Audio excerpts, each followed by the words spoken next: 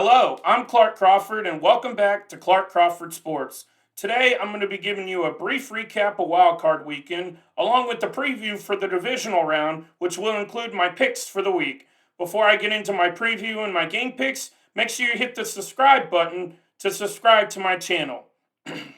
Now, a quick recap of Wildcard Weekend before we begin with the divisional round AFC matchups first.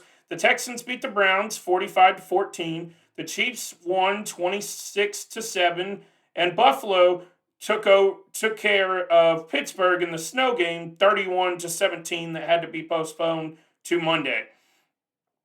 On the NFC side of things, we had Green Bay pull off the upset of the weekend 48-32, becoming the first 7 seed to win a playoff game. To wrap up the weekend, we had the Lions winning their first playoff game since 1991, 24-23, against former Lions quarterback Matthew Stafford. And finally, we had Tampa Bay in the Monday night game put a beat down on the broken Philadelphia Eagles team, 32-9. The Eagles season, as I predicted last week, went down in flames. There are 8 teams remaining in the playoffs who have, for the time being, their Super Bowl hopes alive. With that being said, we'll go over, as I did last week, the matchups in order of the games being played. That brings us to Texans at Ravens. This is a rematch from week 1, if y'all can go all the way back as I did. The Ravens beat the Texans 25-9. This was the head coaching debut of DeMeco Ryans and the NFL debut of C.J. Stroud. Since their week 1 matchup, both teams have drastically improved, and obviously they've made the playoffs. But for Baltimore, they went on to have the best record in the league. The Texans went and stole the division from the Jaguars after their epic late season collapse. Now, both teams have much improved since they last met 18 weeks ago. The Ravens have, who is likely about to become 2-time MVP award winner Lamar Jackson, leading the charge, along with the top 5 defense. So to say it'll be a tough task for the Texans is an understatement. In my opinion, the Ravens' 9.5-point favorites is a little disrespectful, not showing any kind of respect to the Texans. For the Texans, they have nothing to lose, as heading into the season, most people, along with myself, have them winning no more than 6, maybe 7 games. The Texans, like the Packers, are playing with house money, as I said last week. Texans have played, and the Texans have played basically playoff games for 3 weeks in a row now, as they had to win their final 2 regular season games, along with the game against Cleveland last week, where they blew them out in the postseason, to get to this point.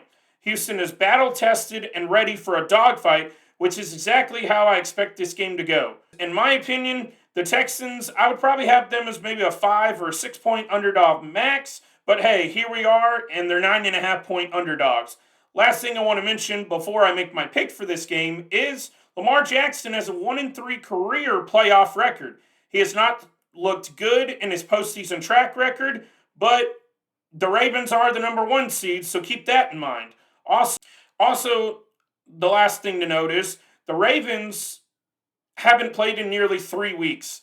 The Ravens, a few weeks ago, rested their starters in week 18 of the regular season, and they had a bye last week. So that makes it nearly 3 weeks since most of their starters have had any game action.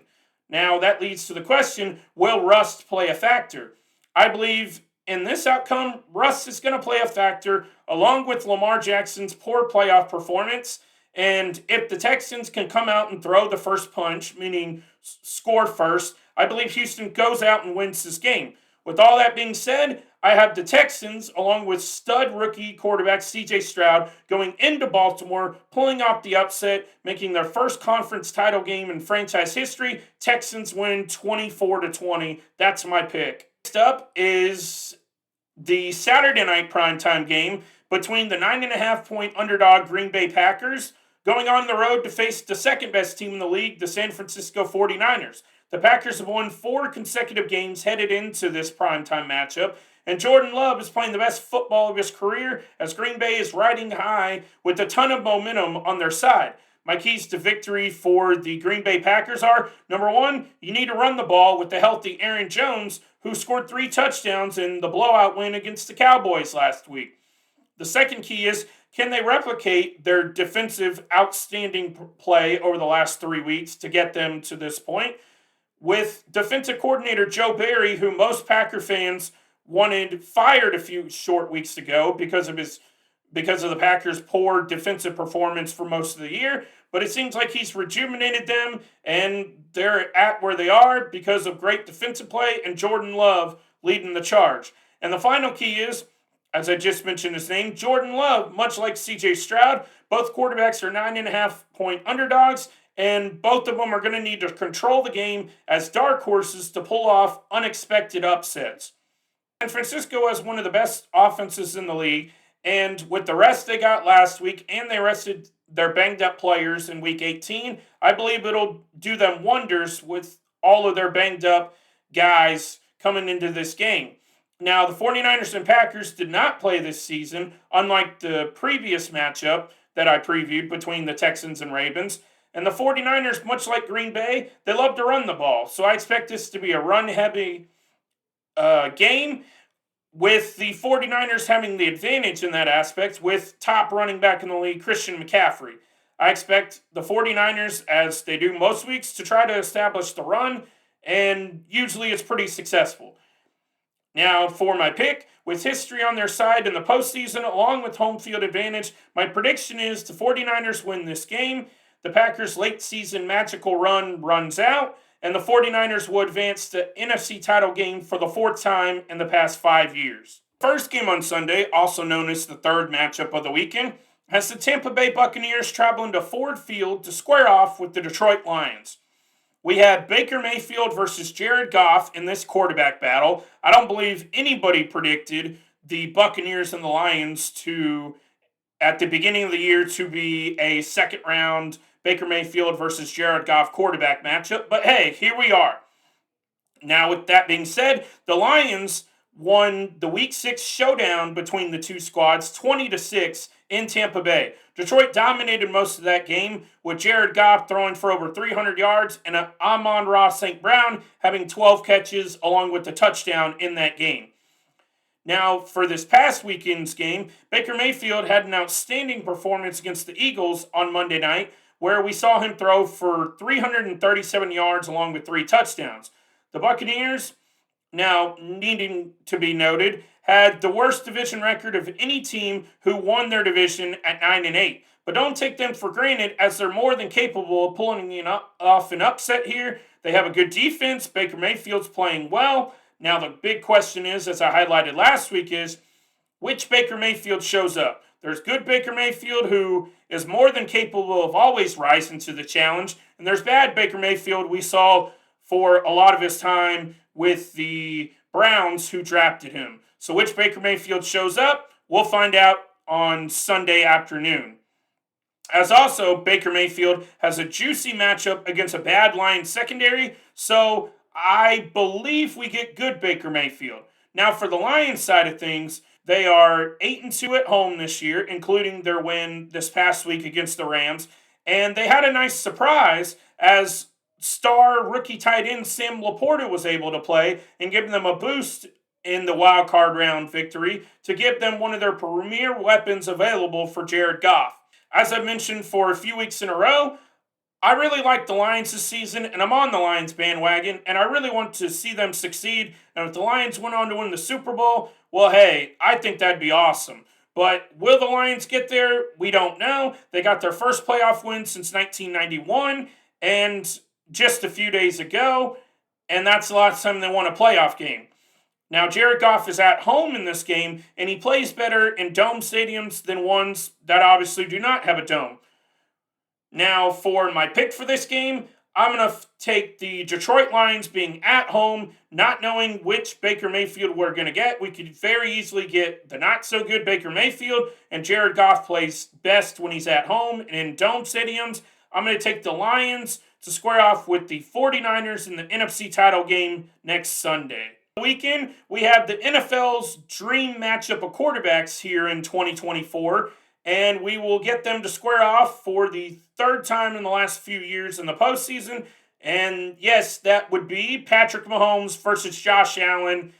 NFL loves this matchup because they're two of the NFL's darling childs, as in quarterback matchups, because, well, both of these teams, if you're being realistic, get a lot of favoritism, but that's another topic for another day. As for Mahomes, he's 2-0 career versus Josh Allen in the postseason, but this matchup this time will be at Buffalo. Both of those games were at Arrowhead in the two matchups that Mahomes won that he's 2-0 in.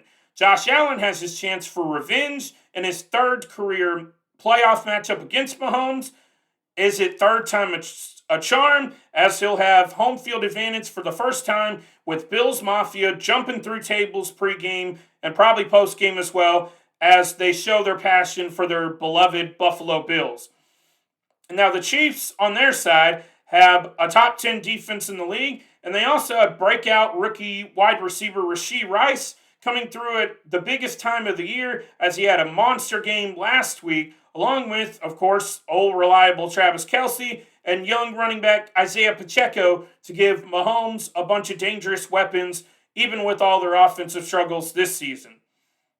Now, Mahomes throwing to the other guys, will they drop a few passes? Yeah, probably. But Kansas City, do not forget, they have plenty of weapons to pull off this game as they're slight underdogs, but they also still have Patrick Mahomes. So let's see if Mahomes, in his first career true road playoff game, other than Super Bowls where it's a neutral site game, can win on the road this time.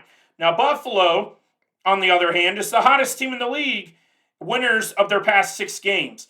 Buffalo is also 5-1 in their last 6 home playoff games, as led by Josh Allen. He's taken a roller coaster of a season and turned it into a full circle, winning the division while securing the 2 seed, giving Buffalo home field advantage against Mahomes for the first time.